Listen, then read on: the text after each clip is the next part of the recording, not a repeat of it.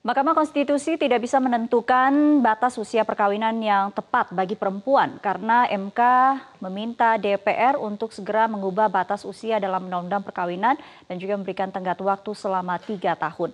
Lalu apakah keputusan MK ini dianggap sudah memenuhi gugatan dan apakah waktu 3 tahun itu tidak terlalu lama untuk mencegah perkawinan usia dini yang semakin marak di Indonesia? Kita akan membahasnya bersama dengan Sekjen Koalisi Perempuan Indonesia, Dian Kartika Sari. Selamat siang Mbak Dian. Selamat siang. Ini bisa dikatakan kabar gembira, tapi tanggapan dari Koalisi Perempuan Indonesia sendiri seperti apa?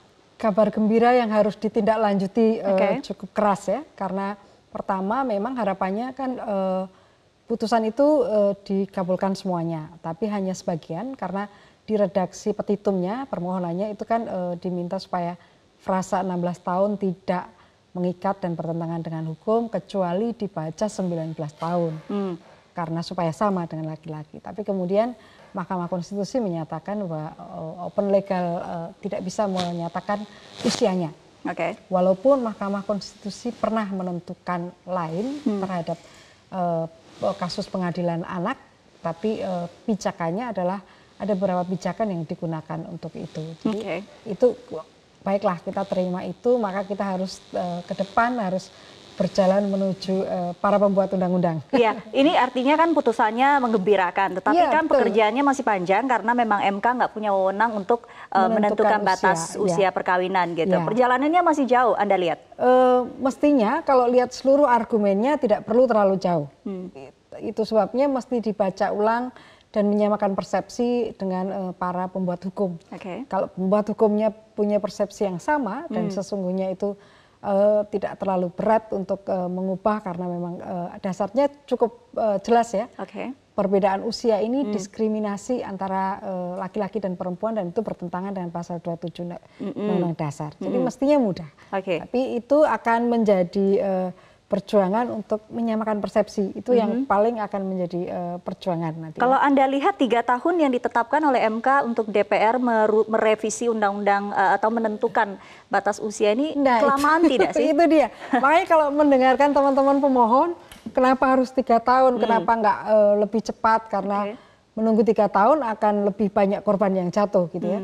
Lebih cepat itu memang idealnya harapannya sebelum kalau ini harapannya sebelum pemilu karena tidak bisa diprediksi apa yang terjadi di pemilu dan bagaimana relasinya pemilu dengan pemerintah dan selanjutnya pasti akan butuh waktu yang panjang. Tapi kalau sekarang sampai dengan pemilu kan itu sudah 1 tahun, Mbak, ya kan? Dan nanti kalau setelah itu butuh waktu berapa lama koordinasinya, itu kan akan jadi soal lain. Tapi kalau sebelum pemilu ini, sebelum masa bakti anggota dewan, ini kemudian para anggota dewan perempuan, caleg perempuan yang ada di sana kemudian ikut memperjuangkan, ini akan menjadi baik. Karena ini juga menjadi satu monumental bagi hasil perjuangan perempuan-perempuan yang ada di parlemen, yang tergabung dalam Kaukus Perempuan Parlemen. Ada tidak kajian juga yang dilakukan oleh Koalisi Perempuan Indonesia untuk penentuan batas usia pernikahan perempuan gitu? Ada tidak yang kajian yang dilakukan dan bisa diusulkan nantinya?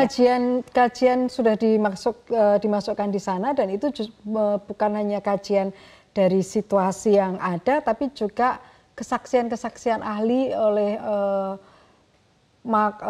kesaksian ahli di bidang kesehatan yang waktu itu memberikan kesaksiannya pada sidang sebelumnya.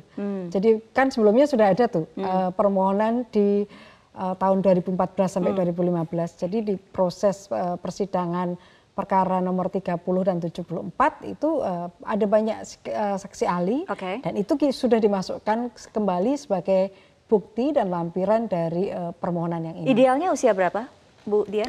Idealnya usia 19 tahun, karena kalau dengan usia 19 tahun intinya sama dengan laki-laki.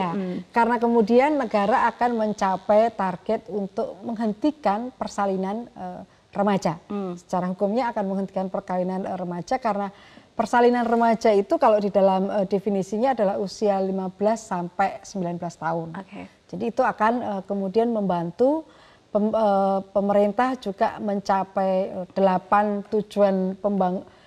17 dari 17 tujuan pembangunan SDGs itu 8 diantaranya bisa gagal kalau ini tidak terpenuhi. Jadi ini akan penting supaya teman-teman perempuan bisa sekolah, bisa lebih sehat, bisa kemudian punya kesempatan berpartisipasi di bidang ekonomi, tidak ada stunting, tidak ada gizi buruk dan lain sebagainya. Jadi ininya akan banyak sekali dampaknya, kan besar sekali. Tadi Bu Dian katakan bahwa 3 tahun itu kelamaan gitu ya untuk menekan jatuhnya korban jiwa. Bisa dikasih gambaran besar seperti apa sih dampak yang ditimbulkan jika undang-undang ini tidak segera didorong untuk direvisi? Iya, dalam 1 tahun ada sekitar 900 ribuan anak menjadi korban perkawinan anak. Dalam 1 tahun, kalau 3 tahun berapa itu juga.